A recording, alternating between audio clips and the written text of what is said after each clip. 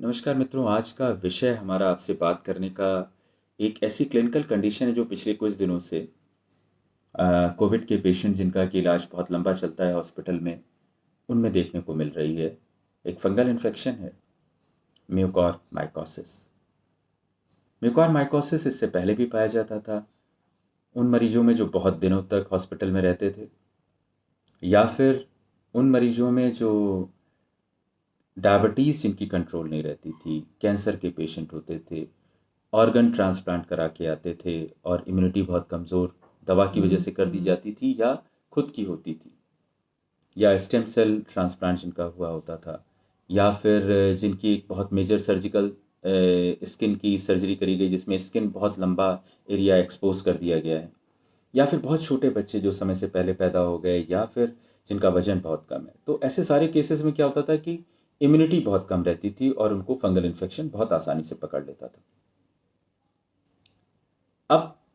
Covid के cases में क्या है कि ऑब्वियसली हमारी इम्यूनिटी बहुत कम है, तभी हमें कोविड इतना फ्लेयर अप कर रहा है। दूसरा, जब हम स्टेरॉयड ज़्यादा समय तक देते हैं तो भी वो इम्यूनिटी कम करता है। तो अगर पेशेंट डायबिटिक है, अनकंट्रोल्ड डायबिटीज़ है, या बहुत लंबे समय तक स्टेरॉयड ले रहा है, तो वो म्यूकरमाइकोसिस के लिए एक प्रोन हो गया, इन्फेक्शन उसको होने के चांसेस बढ़ जाते हैं।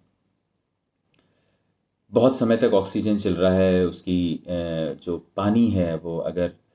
हम डिस्टिल वाटर से नहीं बदल रहे, ट्यूबिंग नहीं बदल रहे, तो या फिर उस हॉस्पिटल के एटमॉस्फेयर में ही है, ह्यूमिड बहुत है कंडीशन, तो भी,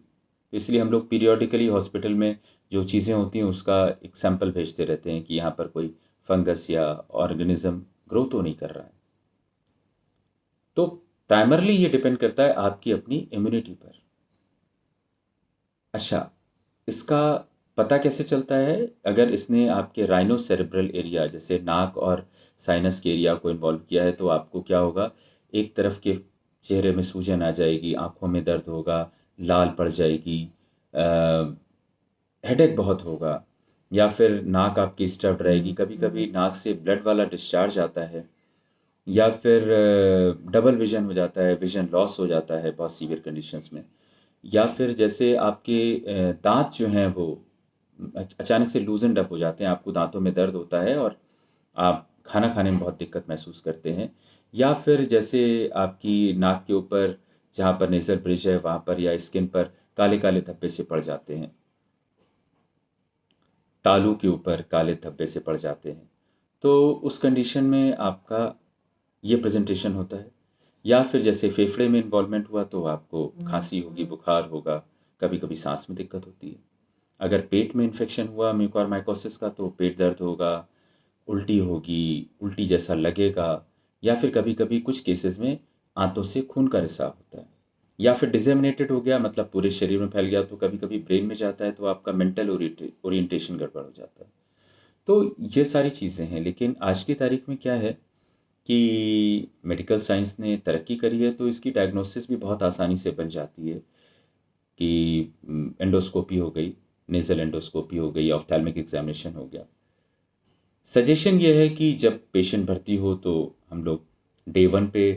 डे 3 टू डे 7 के बीच में, और जब डिस्चार्ज करें तो उनका हम प्रॉपर ईएनटी और ऑफ्थैल्मिक असेसमेंट करा लें, और अगर ज़रूरी हो तो एंडोस्कोपी वगैरह करें, नहीं तो कॉन्ट्रास्ट एमआरआई होता है पीएनएस का, ऑर्बिट का, वो करा लें तो डायग्नोसिस बन जाएगी। ट्रीटमेंट जो है वो बहुत अगर टाइमली किया गया तो बहुत सक्सेसफुल रहता है, बहुत आसानी से दवाइयों से कंट्रोल हो जाता है।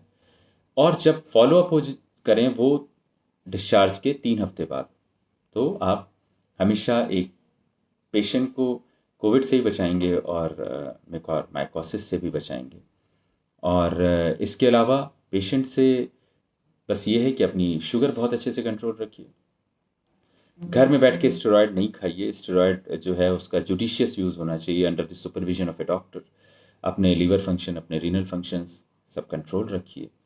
और इम्यूनिटी बढ़ा के रखिए। फल खाइए, सब्जी खाइए, अच्छे से नींद लीजिए, स्ट्रेस मत रखिए बॉडी में, क्योंकि इम्यूनिटी अच्छी होगी तो आपको इस तरीके के इन्फेक्शन होंगे ही नहीं।